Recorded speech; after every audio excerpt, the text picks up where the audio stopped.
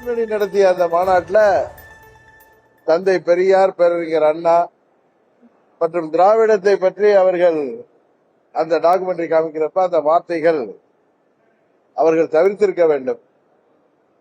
காரணம், கூட்டணி கட்சிகள்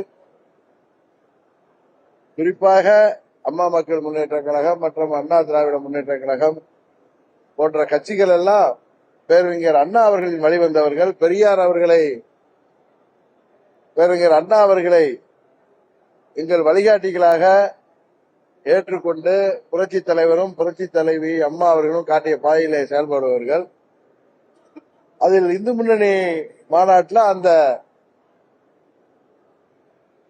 நிகழ்வை தவிர்த்திருக்க வேண்டும். உண்மையே அது வருத்தம் அளிக்கிற ஒரு நிகழ்வு. நீங்க கேட்பீங்க, அங்க முன்னாள் அமைச்சர்கள்லாம் இருந்தாங்களே, அவை நாகரிகம் கருதி சபையில போயிருக்கோம், அங்க ஒரு நாகரிகம் கருதி அமைதியா இருந்துட்டு வெளியில வந்துதான் முன்னாள் அமைச்சர் ராஜேந்திர பாலாஜி உங்களை சந்தித்த போது அதுக்கு கண்டனம் தெரிவிச்சிருக்கிறார். இது போன்ற மாநாடுகள்ல எல்லாரையும் கூப்பிட்டுருக்காங்க. ஈவன் திமுக நிர்வாகிகளை கூட அவர்கள் போய் அழைத்தார்கள்.